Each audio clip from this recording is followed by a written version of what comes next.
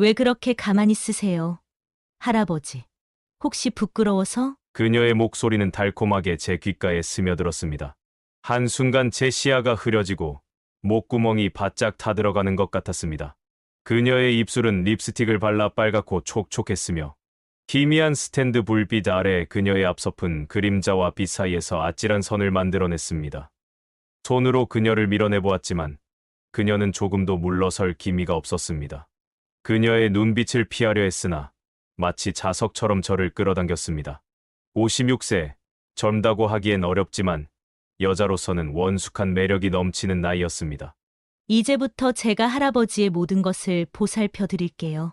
그러니 우리 더 가까워져야 하지 않겠어요? 그 순간 저는 깨달았습니다. 이 순간을 넘어서면 절대로 되돌아올 수 없을 것이라는 사실을 말입니다. 안녕하세요. 저는 올해 82세가 된 김상호라고 합니다. 제가 오늘 여러분께 들려드릴 이야기는 제 인생에서 가장 큰 위기와 그 위기를 극복한 사연입니다. 가사도움이라는 가면을 쓴 그녀는 저에게 엄청난 배신감을 안겨주었습니다. 제가 그 위기를 어떻게 극복했는지가 궁금하시다면 구독과 좋아요, 알림 설정 부탁드리겠습니다. 모두 무료이니 마음껏 눌러주시기 바랍니다. 혹시 저와 비슷한 경험을 하신 분들은 댓글까지 남겨주시면 감사하겠습니다. 이럼 이제 제 이야기를 시작하겠습니다. 저는 한때 대한민국 부동산 개발과 해외 무역으로 큰 부를 일군 사업가였습니다. 30년 전에 지은 이 호화로운 저택은 제 성공의 증거입니다. 하지만 이제 이 넓은 집에는 저 혼자뿐입니다. 아침마다 커다란 창문으로 들어오는 햇살 속에서 혼자 밥을 먹습니다. 식탁 위에는 제 몫의 식기만 덩그러니 놓여 있고 그 옆에는 여러 개의 약병이 줄지어 서 있습니다. 내가 이렇게 될 줄은 몰랐지. 거울에 비친 제 모습을 바라보며 중얼거렸습니다. 눈 밑의 주름과 하얗게 센 머리카락, 그리고 굽어진 등은 제가 얼마나 많은 세월을 살아왔는지 보여줍니다. 거실 벽에는 가족 사진들이 걸려 있습니다. 15년 전 저와 이혼한 아내, 그리고 지금은 미국에서 살고 있는 아들 현우. 생각해보면 그들과의 마지막 대화는 늘 재산에 관한 것이었습니다. 아내는 재산 분할로, 아들은 상속으로. 제가 평생 모은 재산은 저에게 존경과 부러움을 가져다 주었지만 진정한 사랑과 가족의 따뜻함은 주지 못했습니다. 최근 들어 제 건강은 급격히 나빠지고 있었습니다. 가끔씩 현기증이 심하게 몰려오고 기억력도 예전 같지 않았습니다. 병원에서는 초기 치매 증상일 수 있다고 했습니다.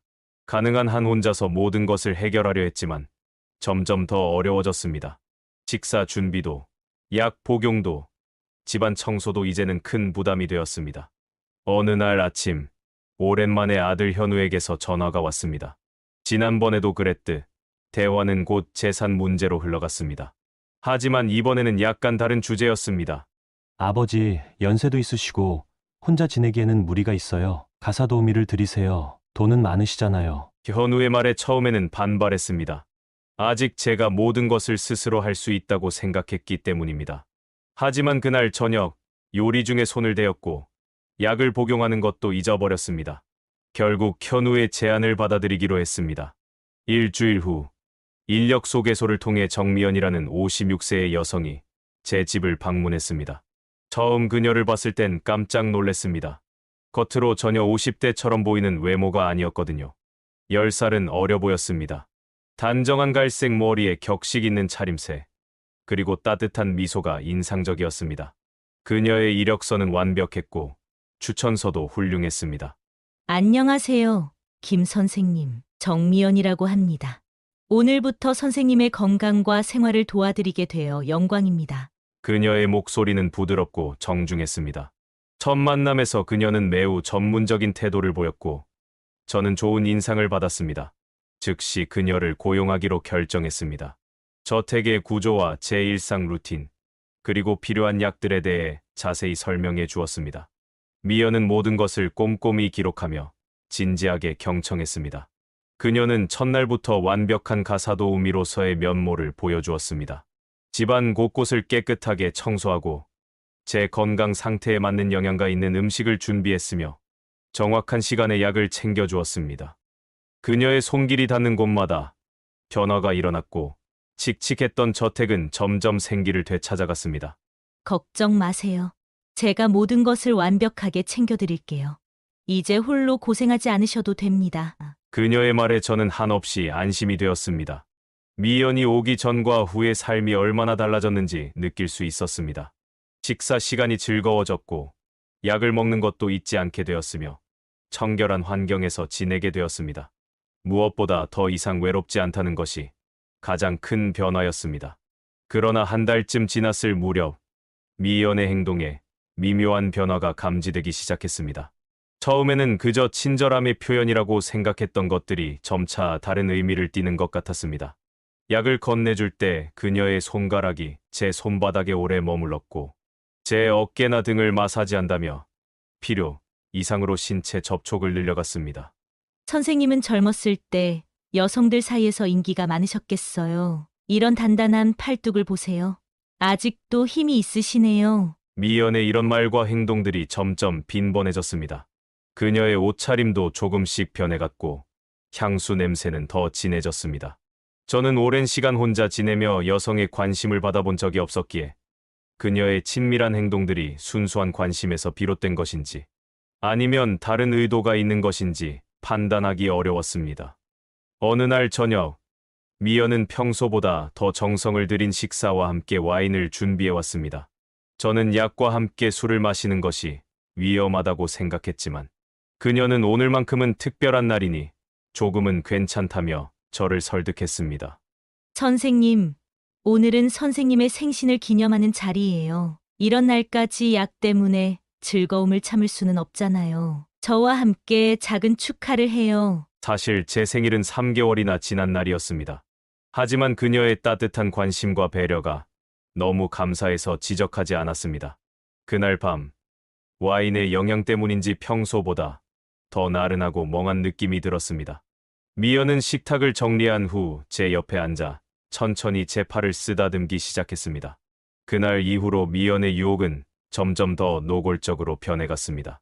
그녀는 간호사 복장이라며 점점 더 짧고 타이트한 옷을 입기 시작했고 제 침실을 청소할 때나 약을 가져다 줄 때마다 불필요하게 몸을 숙이거나 접촉하는 일이 늘어났습니다. 어느 날 밤, 그녀는 제 침실 문을 노크했습니다. 평소와는 다른 차림새에 놀랐습니다. 단정했던 유니폼 대신 비치는 실크 가운을 입고 있었고 그 아래로 그녀의 실루엣이 선명하게 드러났습니다. 그녀의 달콤한 유혹에 저는 점점 무너져 갔고 그날 밤 우리는 하나가 되었습니다. 하지만 다음 날 아침, 전날 밤의 기억은 안개처럼 흐릿했습니다. 무슨 일이 있었는지 정확히 기억나지 않았고 심한 두통과 현기증이 저를 괴롭혔습니다. 침대 옆 테이블에는 미연이 남긴 쪽지와 함께 아침 식사와 약이 준비되어 있었습니다. 좋은 아침이에요, 선생님. 오늘도 행복한 하루 되세요. 저녁에 뵐게요. 그날부터 미연과 저의 관계는 완전히 달라졌습니다. 그녀는 낮에는 완벽한 간병인이었고 밤에는 열정적인 연인이었습니다. 저는 그녀의 손길에 점점 더 중독되어 갔고 그녀가 없는 시간은 견딜 수 없을 정도로 괴로웠습니다. 그러나 이상한 점은 날이 갈수록 제 건강이 나빠지고 있다는 것이었습니다. 머리가 자주 어지러웠고 가끔은 시간 감각을 완전히 잃어버렸습니다. 중요한 일도 기억나지 않았고 심지어는 몇 시간 동안 무엇을 했는지도 기억나지 않는 경우가 있었습니다. 병원에서 말한 치매 증상이 급격히 악화되고 있는 것 같았습니다. 제가 알지 못했던 것은 미연이 제 음식과 약에 뭔가를 섞어 저의 정신 상태를 조작하고 있었다는 사실입니다. 그녀의 달콤한 유혹과 따뜻한 손길 뒤에는 계산적인 의도가 숨어 있었고 저는 그녀의 함정에 완전히 빠져들었던 것 같습니다. 미연과의 관계가 깊어지면서 저는 그녀에게 완전히 의존하게 되었습니다. 그녀가 주는 약과 음식에 무엇이 들어있는지도 모른 채 그저 그녀의 관심과 애정에 취해 있었습니다. 그러나 어느 날 밤 예상치 못한 사건이 일어났습니다. 그날은 평소보다 일찍 잠자리에 들었습니다. 미연이 준비해준 특별한 차를 마시고 나니 유난히 졸음이 몰려왔기 때문입니다. 하지만 깊은 밤, 갑자기 화장실에 가고 싶어 눈을 떴습니다. 그때 희미한 불빛이 서재 방향에서 새어나오는 것을 발견했습니다. 몸은 무거웠지만 호기심에 조용히 침대에서 일어나 서재 쪽으로 향했습니다. 문은 살짝 열려 있었고 그 틈으로 미연의 모습이 보였습니다. 그녀는 제 책상 앞에 앉아 서류들을 하나하나 꼼꼼히 살펴보고 있었습니다. 책상 위에는 제 금융 서류들과 재산 문서, 그리고 유언장 초안까지 펼쳐져 있었습니다. 미연은 때때로 휴대폰으로 중요한 부분을 사진 찍었고 메모지에 뭔가를 열심히 적어 내려갔습니다. 그녀의 표정은 제가 알고 있던 다정하고 따뜻한 표정이 아니었습니다. 차갑고 계산적인, 전혀 다른 사람처럼 보였습니다. 가슴이 철렁 내려앉았습니다. 지금까지의 의심과 이상한 점들이 모두 연결되는 순간이었습니다. 귀가에 피가 몰리는 느낌이 들었고 심장은 빠르게 뛰기 시작했습니다. 저도 모르게 문을 밀었고 그 소리에 미연이 놀라 고개를 돌렸습니다. 선생님, 왜 일어나셨어요? 잠을 못 주무시나요? 그녀는 재빨리 서류들을 모으며 당황한 듯 말했지만 곧 침착함을 되찾았습니다. 그녀의 눈에는 순간적으로 당혹감이 스쳤지만 곧 익숙한 미소를 지었습니다. 그냥 서재에서 무슨 소리가 나서 쥐가 있나 하고 와봤어요. 선생님, 약 드실 시간이 지났네요. 제가 가져다 드릴게요. 그녀의 설명은 어색했고 그 웃음은 진심으로 보이지 않았습니다. 저는 아무 말 없이 그녀를 지켜보았고 그녀는 서둘러 서재를 나가 부엌으로 향했습니다. 저는 그녀가 사라진 틈을 타 책상 위의 서류들을 살펴보았습니다. 그녀가 보고 있던 것은 제 부동산 명세서와 은행 계좌 내역, 그리고 증권사 자산 목록이었습니다. 그날 밤 이후 미연을 바라보는 제 시선은 달라졌습니다. 그녀의 모든 행동이 의심스러웠고 그 달콤한 말과 행동 뒤에 숨겨진 의도가 무엇인지 알고 싶었습니다. 그래서 며칠 동안 약을 먹는 척하며 몰래 손수건에 싸서 버렸고 정신이 점점 맑아지면서 그녀의 행동을 더 명확하게 관찰할 수 있었습니다. 어느 날 미연이 장을 보러 나간 사이 저는 그녀의 방을 살펴보기로 결심했습니다. 단순한 호기심이 아니라 그녀의 정체를 알아야 한다는 절박함이 들었기 때문입니다. 그녀의 방은 깔끔하게 정리되어 있었고 처음에는 특별한 것을 발견하지 못했습니다.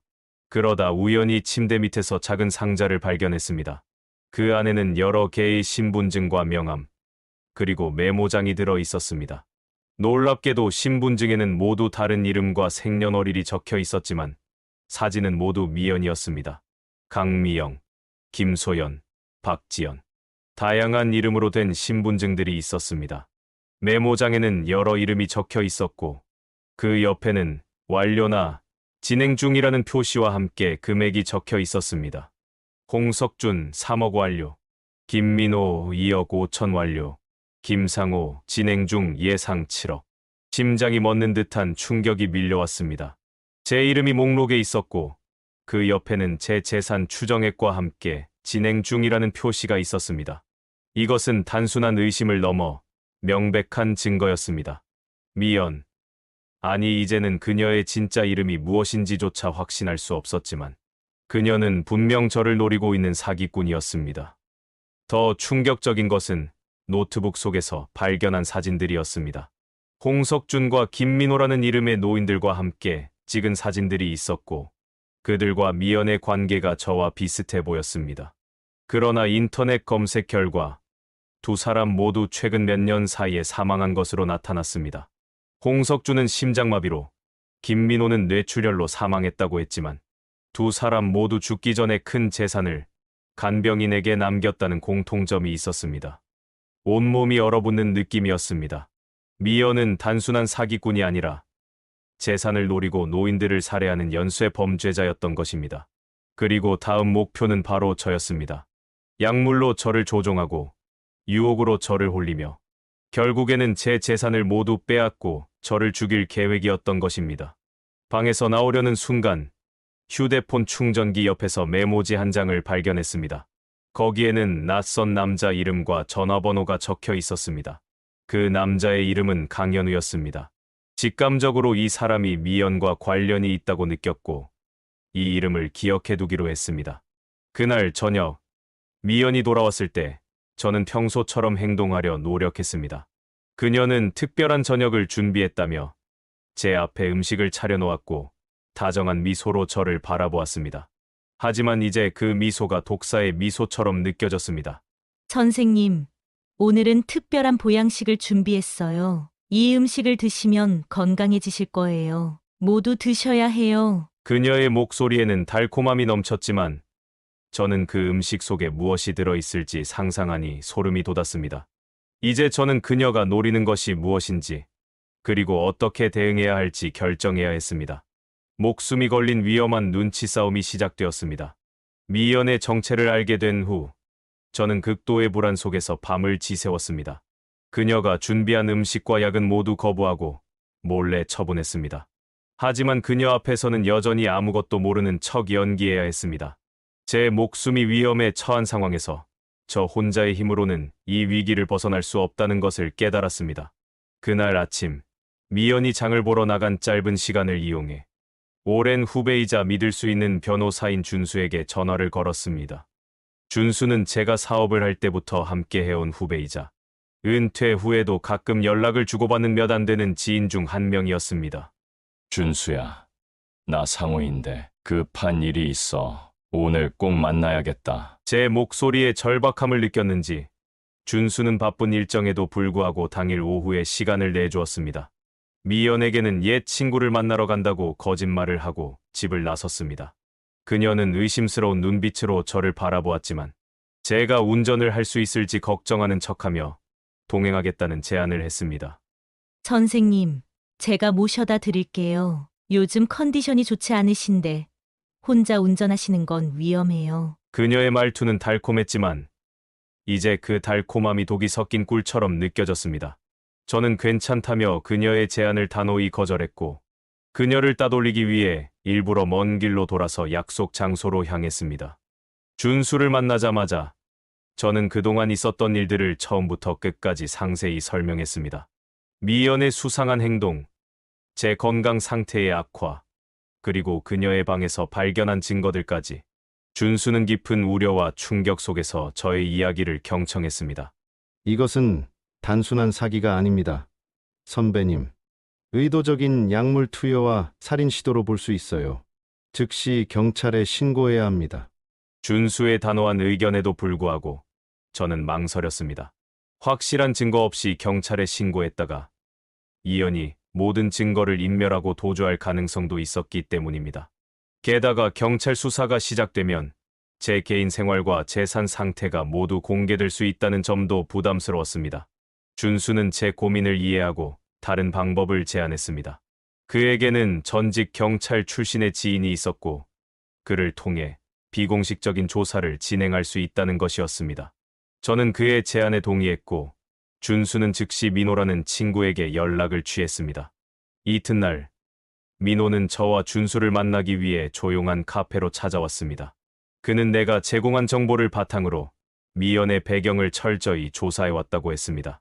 선생님, 미연이라는 여성의 실제 이름은 미영입니다. 그녀는 최근 3년간 최소 5명의 독거노인들에게 접근해 재산을 갈취한 전력이 있습니다. 민호의 말에 온몸에 식은땀이 흘렀습니다. 그가 제시한 자료에는 미영의 과거 행적이 자세히 나와 있었습니다. 그녀는 간호사 자격증을 위조하고 다양한 가명으로 부유한 독거노인들에게 접근했으며 그들의 신뢰를 얻은 후 재산을 빼돌리거나 유언장을 조작했다는 것이었습니다. 더 충격적인 것은 그녀가 접근했던 노인들 중 3명이 자연사로 기록된 채 사망했다는 사실이었습니다. 그들은 모두 심장마비나 뇌출혈과 같이 별다른 의심을 불러일으키지 않는 원인으로 죽었지만 민호는 그것이 장기간에 걸친 약물 투여의 결과일 가능성이 높다고 지적했습니다. 민호의 조사는 계속되었습니다. 그는 미연의 과거뿐만 아니라 현재 그녀가 어떤 사람들과 접촉하고 있는지까지 추적했습니다. 저는 그의 조언대로 미연이 준비해준 음식과 약을 몰래 수집하여 검사를 의뢰했습니다. 결과는 충격적이었습니다. 제 음식과 약에는 소량의 수면제와 기억력을 저하시키는 약물이 섞여 있었고 장기간 복용 시 심장과 뇌에 심각한 손상을 줄 수 있는 성분도 발견되었습니다. 며칠 후 민호는 더욱 놀라운 사실을 가지고 우리를 다시 찾아왔습니다. 미영에게는 현우라는 젊은 남자친구가 있습니다. 35세로 그녀보다 20살이나 어린 남자죠. 민호가 보여준 사진 속의 현우는 잘생기고 세련된 외모를 가진 젊은 남자였습니다. 패션 모델이나 연예인처럼 보이는 그의 모습은 미연이 왜 그토록 범죄에 집착하는지를 어느 정도 설명해 주는 것 같았습니다. 더 놀라운 것은 미연이 그동안 노인들에게서 빼앗은 재산의 행방이었습니다. 민호의 조사에 따르면 미연은 자신이 벌어들인 불법적인 돈의 대부분을 현우에게 쏟아붓고 있었습니다. 고급 아파트, 수억 원대의 외제차, 명품 시계와 의류 등 그는 미연의 사냥으로 얻은 돈으로 호화로운 생활을 즐기고 있었습니다. 이 남자는 전형적인 골드디거입니다. 여러 차례 사기 전과가 있고 특히 부유한 중년 여성들을 대상으로 한 사기 행각으로 유명합니다. 미영은 이 남자의 최대 피해자이자 공범인 셈입니다. 민호가 보여준 증거 자료들은 충격적이었습니다. 미연이 가짜 신분으로 노인들에게서 빼앗은 재산이 현우의 계좌로 이체된 내역, 그가 미연의 돈으로 구입한 고가의 물품들, 그리고 그들의 관계를 보여주는 사진들까지. 그 사진들 중에는 현우가 다른 젊은 여성들과 유흥을 즐기는 모습도 있었습니다.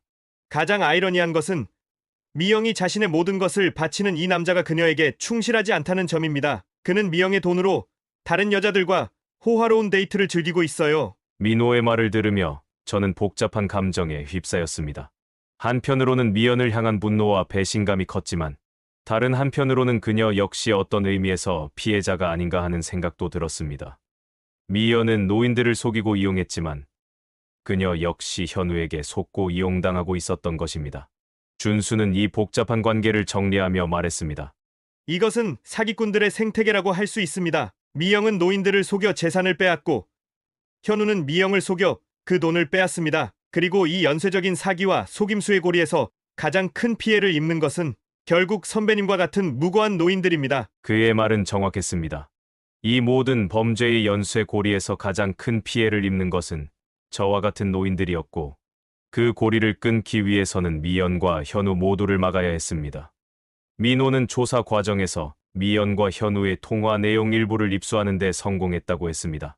그 통화에서 두 사람은 저를 목표물로 지칭하며 계획을 논의했고 특히 제 재산을 어떻게 가로챌지에 대한 구체적인 방법까지 언급했다고 합니다. 그들의 계획은 상호 선생님의 정신 상태를 약물로 조작해서 치매 증상을 악화시키고 유언장을 조작하거나 재산을 이전받은 후 최종적으로는 자연사로 위장한 살인까지 계획하고 있습니다. 그날 저녁 미연이 준비한 식사를 앞에 두고 앉아 있으면서 저는 그녀를 새로운 시선으로 바라보았습니다. 그녀의 다정한 미소와 부드러운 손길이 이제는 모두 연기처럼 느껴졌고 그 뒤에 숨겨진 냉혹한 계산이 보였습니다. 그리고 그녀 역시 자신도 모르게 현우에게 이용당하고 있다는 사실이 이 상황을 더욱 비극적으로 만들었습니다. 선생님, 오늘은 특별히 보양식을 준비했어요. 이 음식을 드시면 피로가 싹 풀릴 거예요. 전부 다 드셔야 해요. 식사 후 미연의 휴대폰이 울렸습니다. 그녀는 잠시 망설이다가 전화를 받기 위해 거실을 나갔고 저는 그녀의 대화에 귀를 기울였습니다. 지금은 통화하기 어려워. 아니, 내가 말했잖아. 조금만 더 기다리라고. 모든 게 준비되면 연락할게. 그래, 이번에는 대박이야. 7억 이상은 될 거야. 이제 우리도 행동해야 할 때였습니다. 준수와 민호가 준비한 계획을 실행에 옮겨 미연이 자신의 범죄를 자백하도록 유도하고 그 증거를 확보해야 했습니다. 인생의 가장 위험한 게임이 시작되었습니다. 준수와 민호와 함께 우리는 세밀한 계획을 세웠습니다. 단순히 미연을 고발하는 것으로는 충분한 증거를 확보하기 어려웠고 그녀가 도주할 가능성도 컸기 때문입니다. 가장 확실한 방법은 그녀가 직접 자신의 범죄를 자백하도록 유도하는 것이었습니다. 민호의 제안에 모두 동의했습니다. 그리고 그 함정에 미끼는 바로 제 재산이었습니다. 미연의 목표가 제 재산임을 알았기에 재산을 통해 그녀를 유인하는 것이 가장 효과적일 것이라 판단했습니다. 며칠 동안 저는 약을 먹는 척하며 그녀의 신뢰를 유지했습니다. 그리고 그녀가 가장 방심할 만한 때를 기다렸습니다. 준수는 제 집에 비밀리에 소형 녹음기를 설치했고 제 몸에도 작은 녹음 장치를 달았습니다. 민호는 집 근처에서 대기하며 비상시에 즉시 개입할 준비를 갖추었습니다. 계획을 실행에 옮길 날이 왔습니다. 그날 저녁 미연이 특별히 정성껏 준비한 식사를 마친 후 저는 담담한 목소리로 중요한 이야기가 있다며 그녀를 거실로 불렀습니다. 미연 씨, 나 요즘 계속 생각해봤는데 내 재산 관리를 누군가에게 맡기고 싶어. 그녀의 눈이 순간 반짝였습니다. 그동안 그녀가 제 재산에 얼마나 관심을 가지고 있었는지를 보여주는 순간이었습니다. 그러나 그녀는 곧 감정을 숨기고 무심한 척 대답했습니다. 저는 잠시 생각하는 척하다가 천천히 답했습니다.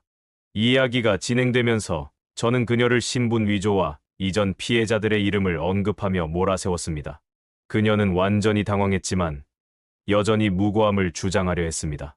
저는 계속해서 제가 알고 있는 정보들을 하나씩 꺼내놓았습니다. 그녀의 과거 행적, 그녀가 제 음식에 섞어 넣은 약물, 그녀의 범죄 이력까지 결정타는 현우의 존재였습니다. 그녀는 완전히 흔들렸습니다. 제가 그녀의 약점인 현우를 알고 있다는 사실에 충격을 받은 듯했습니다. 잠시 침묵이 흐른 후 그녀의 얼굴에서 그동안의 가면이 벗겨지기 시작했습니다. 더 이상 상냥한 간병인의 모습은 없었고 냉정하고 계산적인 표정으로 바뀌었습니다. 역시 선생님은 대단하시네요. 사업가 출신답게 날카로우세요. 그녀는 이제 숨길 필요가 없다는 듯이 편안하게 소파에 등을 기대며 한숨을 내쉬었습니다. 그리고 놀랍게도 자신의 모든 범죄 행각을 차분히 털어놓기 시작했습니다. 마치 오랫동안 숨겨온 비밀을 이야기하듯 그녀는 자신이 어떻게 부유한 노인들에게 접근하고 그들의 신뢰를 얻었으며 결국 그들의 재산을 빼앗았는지 자세히 설명했습니다. 미연의 눈빛이 변했습니다. 더 이상 감출 것이 없다는 듯 그녀는 자신의 진짜 모습을 드러냈습니다. 그리고 제가 의도한 대로 그녀는 점점 더 많은 정보를 자발적으로 털어놓았습니다. 이전 피해자들에 대한 제 질문에 그녀는 차갑게 대답했습니다. 죽인 게 아니에요. 그분들은 자연스럽게 돌아가셨어요. 제가 조금 도왔을 뿐이죠. 그 순간 제 심장이 빠르게 뛰기 시작했습니다. 그녀의 냉혹한 고백에 등골이 오싹했지만 동시에 결정적인 증거를 확보했다는 안도감도 들었습니다. 제가 모든 증거를 이미 변호사에게 보냈다고 말하자 미연의 얼굴이 경직되었습니다. 그녀의 눈이 휴대폰을 찾아 움직였고 도망치려는 기색이 역력했습니다. 하지만 그때 현관문이 열리며 민호와 준수 그리고 몇몇 경찰들이 들어왔습니다. 경찰이 미연에게 체포 사실을 알렸고 그녀는 경악했지만 이내 냉정을 되찾았습니다. 증거가 없다는 그녀의 주장에 민호는 방금 했던 자백이 모두 녹음되었다는 사실을 알려주었습니다. 미연의 얼굴이 창백해졌습니다. 그녀가 체포되어 나가는 모습을 보며 저는 묘한 승리감을 느꼈습니다. 그러나 그것도 잠시, 곧 공허함이 찾아왔습니다. 미연이 진심으로 저를 돌봐준 적은 한 번도 없었던 것일까요? 그녀의 모든 다정함과 관심이 모두 계산된 연기였다는 사실이 왠지 허무하게 느껴졌습니다. 하지만 이제 최소한 제 목숨은 안전해졌고 그녀가 더 이상 다른 노인들을 해치지 못하게 되었다는 안도감이 들었습니다. 저는 이 어두운 시간을 견뎌내고 새로운 시작을 할 준비가 되어 있었습니다. 미연이 체포된 후 저는 서서히 일상으로 돌아가려 노력했습니다.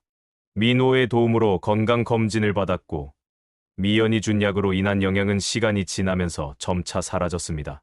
기억력도 조금씩 회복되었고 몸 상태도 나아졌습니다. 하지만 그녀의 배신으로 인한 마음의 상처는 쉽게 아물지 않았습니다. 한 달 정도 지났을 무렵 준수로부터 전화가 왔습니다. 그는 미연의 재판 과정에서 알게 된 놀라운 소식이 있다고 했습니다. 다음 날 준수는 저를 방문해 의외의 이야기를 들려주었습니다. 선배님, 미연의 남자친구 현우에 관한 소식입니다. 그가 미연이 체포된 직후 해외로 도주했다고 합니다. 준수의 말에 따르면 현우는 미연이 체포되자마자 그녀 명의로 된 모든 재산을 현금화하여 해외로 달아났다고 했습니다. 미연이 다른 노인들에게서 빼앗은 모든 돈, 그리고 그녀가 그동안 모아둔 모든 자산이 현우의 손에 들어간 것입니다. 더 놀라운 것은 현우가 미연의 재산을 가지고 달아난 것뿐만 아니라 그가 20대 여성과 함께 도주했다는 점입니다. 이 소식을 들으며 저는 복잡한 감정에 휩싸였습니다. 미연에 대한 분노와 배신감은 여전했지만 한편으로는 그녀 역시 현우에게 배신당했다는 사실에 묘한 연민이 느껴졌습니다. 미연은 자신이 그토록 사랑하고 모든 것을 바친 남자에게 철저히 버림받은 것입니다. 법원의 판결이 내려졌습니다. 미연은 살인 및 사기와 약물 투여, 그리고 불법 신분증 위조 등의 혐의로 17년의 실형을 선고받았습니다. 시간이 흐르고 2년 반 정도 지났을 때 저는 민호로부터 또 다른 소식을 들었습니다. 현우가 해외에서 현지 여성을 상대로 또 다른 사기 행각을 벌이다 현지 경찰에 체포되었다는 것이었습니다. 그와 함께 있던 젊은 여성은 그가 미연에게서 빼앗은 돈을 모두 가지고 도주했다고 했습니다. 사기꾼이 사기꾼에게 당한 셈이네요. 현우는 이제 해외 교도소에 수감되었고 미연이 모은 돈은 모두 사라졌습니다. 현우가 체포된 소식은 TV 뉴스에도 보도되었습니다.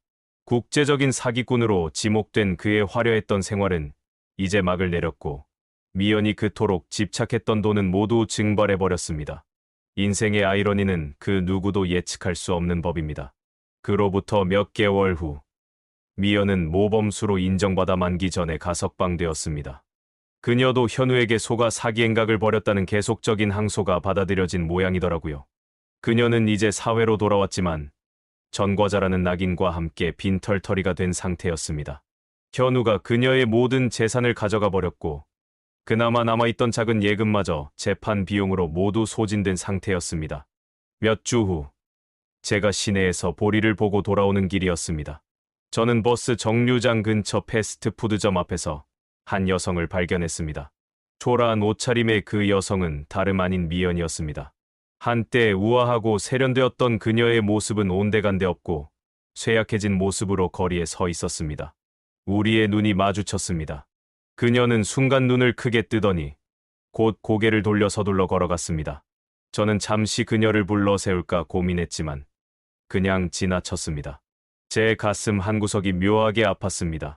그녀는 분명 악인이었지만 어쩌면 그녀 역시 현우의 사랑에 눈이 멀어 악행을 저질렀던 것은 아닐까 하는 생각이 들었습니다. 신문에서는 미연의 비참한 처지를 다룬 기사가 실렸습니다. 그녀는 이제 쉼터에서 생활하며 일용직 노동으로 하루하루를 버텨나가고 있었습니다. 그녀가 노인들에게서 빼앗은 재산은 모두 사라졌고 그녀를 기다리는 것은 고독과 가난뿐이었습니다. 어느 날 미연은 뜻밖에도 저를 찾아왔습니다. 그녀의 얼굴에는 이제 교만함이 아닌 절망과 후회가 깃들어 있었습니다. 도움이 필요합니다. 제발. 그녀의 목소리는 떨렸고 그 눈에는 더 이상 계산적인 빛이 아닌 진정한 절망만이 담겨 있었습니다. 현우의 배신으로 그녀는 모든 것을 잃었고 이제 그녀의 인생은 완전히 나락으로 떨어진 상태였습니다. 그녀가 다른 노인들에게 했던 악행이 그대로 그녀에게 돌아온 셈이었습니다.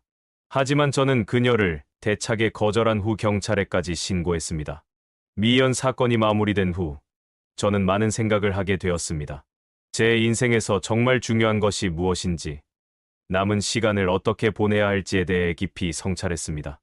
외로움에 빠져 미연과 같은 사람에게 쉽게 속았던 제 모습이 부끄러웠고 이런 위기가 다시는 오지 않도록 인생의 방향을 바꿔야겠다고 결심했습니다. 그날 저녁 용기를 내어 미국에 있는 아들 현우에게 전화를 걸었습니다. 평소라면 짧게 통화를 끝내려 했을 테지만 이번에는 진심을 담아 이야기했습니다. 현우야, 내가 한국에 돌아와서 함께 살면 어떻겠니? 나이가 들수록 가족의 소중함을 깨닫게 되는구나. 통화 초반에는 어색함이 감돌았지만 점차 대화가 이어지면서 우리 사이의 얼음장이 조금씩 녹아내리는 것을 느꼈습니다. 현우도 미국 생활이 그리 만족스럽지 않았다고 털어놓았고 최근 한국으로 돌아올 생각을 하고 있었다고 했습니다. 우리는 오랜만에 진솔한 대화를 나누었고 그 과정에서 서로에 대한 오해와 미움이 조금씩 풀려가는 것을 느꼈습니다. 한 달 후 놀랍게도 현우는 아내와 두 아이를 데리고 한국으로 돌아왔습니다. 15년 만에 저는 손자, 손녀들을 만나게 되었고 그들의 웃음소리로 텅 빈 저택이 다시 활기를 되찾았습니다. 현우 가족은 처음에는 제 집 옆 별채에서 지내다가 결국 함께 살기로 결정했습니다.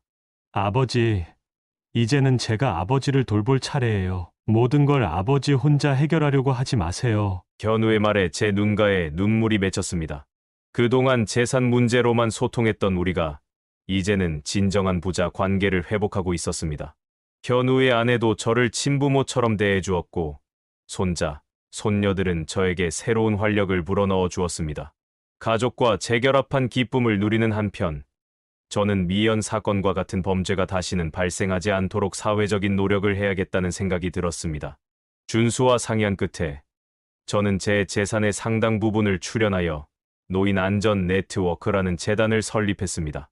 이 재단은 독거 노인들을 각종 사기와 학대로부터 보호하고 안전한 간병 서비스를 제공하는 것을 목표로 했습니다. 저의 불행한 경험이 다른 분들에게는 교훈이 되길 바랍니다. 악은 결국 패배하고 선은 승리합니다. 재단 설립 기념식에서 저는 이렇게 연설했습니다. 많은 언론이 관심을 보였고, 제 사연은 독거 노인을 노리는 사기 범죄의 심각성을 알리는 계기가 되었습니다. 정부 관계자들도 이 문제에 관심을 갖게 되었고, 노인보호 정책을 강화하는 논의가 시작되었습니다. 주기적으로 저는 노인복지센터를 방문하여 제 경험을 나누었습니다. 많은 노인들이 제 이야기에 공감했고, 사기꾼들의 접근 방식을 알게 되어 감사하다고 했습니다. 특히 가족과 소원해진 노인들에게는 화해의 중요성을 강조했습니다. 이제 저는 가족의 사랑 속에서 행복한 노년을 보내고 있습니다.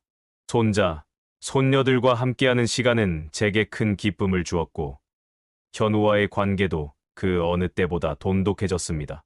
재산에 대한 집착에서 벗어나 진정한 사랑과 신뢰의 가치를 깨닫게 된 것은 이번 사건이 제게 준 가장 큰 선물이었습니다.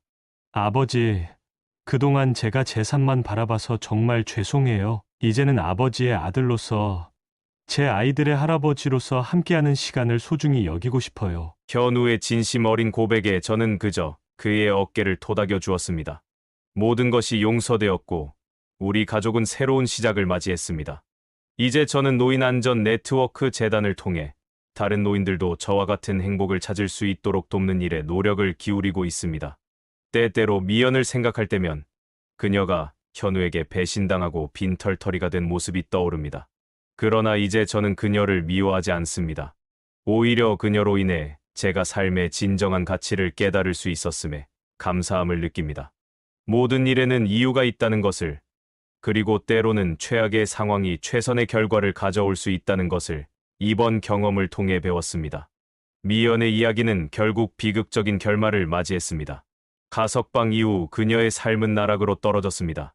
한때 우아하고 세련되었던 그녀는 이제 거리에서 초라한 모습으로 하루하루를 버텨나가고 있었습니다. 현우에게 모든 재산을 빼앗기고 사회에서는 사기꾼이라는 낙인이 찍혀 정상적인 직업을 구할 수도 없었습니다. 저는 준수에게 새로운 소식을 들었습니다. 미연이 심각한 건강 문제로 병원에 실려갔다는 소식이었습니다. 그녀는 영양실조와 노숙 생활로 인한 합병증으로 중태에 빠졌다고 합니다. 그 후 민호를 통해 더 자세한 소식을 들을 수 있었습니다. 미연 씨의 상태가 매우 좋지 않습니다. 의사는 그녀가 오랫동안 제대로 된 치료와 영양 섭취를 받지 못했다고 합니다. 과거에 그녀가 노인들에게 투여했던 약물의 일부를 자신도 복용했던 흔적이 발견되었다고 해요. 이 말을 듣고 저는 깊은 생각에 잠겼습니다. 미연은 결국 자신이 다른 이들에게 행했던 방식 그대로 스스로를 파멸시켰습니다. 그녀의 탐욕과 욕망은 그녀 자신을 파괴했고, 이제 그녀는 자신의 행동에 대한 대가를 치르고 있었습니다. 미연의 비극적인 최후는 제게 깊은 교훈을 남겼습니다. 그녀는 물질적인 부와 젊은 남자의 사랑을 얻기 위해 자신의 양심과 도덕을 저버렸고 결국 모든 것을 잃었습니다. 반면 저는 그녀의 사기를 겪으며 역설적으로 잃어버렸던 소중한 것들을 되찾게 되었습니다. 이제 저는 매일 아침 손자, 손녀들의 웃음소리에 눈을 뜹니다. 현우와 함께 아침 식사를 하고 가족 이야기를 나누며 하루를 시작합니다. 예전에는 텅 비어 있던 식탁이 이제는 가족의 온기로 가득 차 있습니다. 재산을 향한 집착 대신 가족과의 소중한 시간이 제 삶의 중심이 되었습니다. 우리 가족은 주말마다 함께 시간을 보냅니다. 현우는 제가 사업을 하며 얻은 지혜를 존중하고 종종 조언을 구하기도 합니다. 저는 더 이상 그를 의심하지 않으며 그 역시 더 이상 제 재산만을 바라보지 않습니다. 우리 사이에는 진정한 신뢰와 사랑이 자리 잡았습니다. 아버지, 이 세상에서 가장 중요한 재산은 돈이 아니라 가족이라는 것을 이제야 깨달았어요. 현우의 말에 저도 깊이 공감했습니다. 평생 재산을 모으는 데 집중했지만 정작 가장 소중한 가족과의 관계는 소홀히 했던 저의 과거가 부끄러웠습니다. 하지만 이제는 다릅니다. 저는 매일 가족과 함께하는 시간을 통해 진정한 행복을 느끼고 있습니다. 노인 안전 네트워크 재단 활동도 저에게 큰 보람을 줍니다. 제 경험을 나누며 다른 노인들이 사기 범죄의 피해를 입지 않도록 돕는 일은 제 인생에 새로운 의미를 부여했습니다. 특히 가족과 소원해진 노인들에게 화해의 중요성을 강조하는 일에 힘을 쏟고 있습니다. 여러분, 재산이 아무리 많아도 함께 나눌 가족이 없다면 그것은 진정한 행복이 아닙니다. 여러분, 지금까지 제 이야기를 들어주셔서 감사합니다. 이 이야기가 많은 독거 노인분들과 그 가족들에게 경각심을 일깨웠기 바랍니다. 만약 이 이야기를 듣고 느낀 점이 있으시다면 지금 바로 구독과 좋아요, 알림 설정을 해주시길 부탁드립니다. 모두 무료입니다. 또한 여러분의 생각이나 경험을 댓글로 남겨주시면 더 나은 콘텐츠로 보답하겠습니다. 혹시 주변에 홀로 계신 어르신이 있다면 이 영상을 공유해 주시는 것도 큰 도움이 될 것입니다. 사기는 반드시 그에 맞는 대가를 치르고 선한 사람들은 보호받는 세상을 만들기 위해 노력하겠습니다. 다시 한번 여러분의 관심과 응원에 감사드립니다. 다음 이야기에서 또 만나 뵙겠습니다.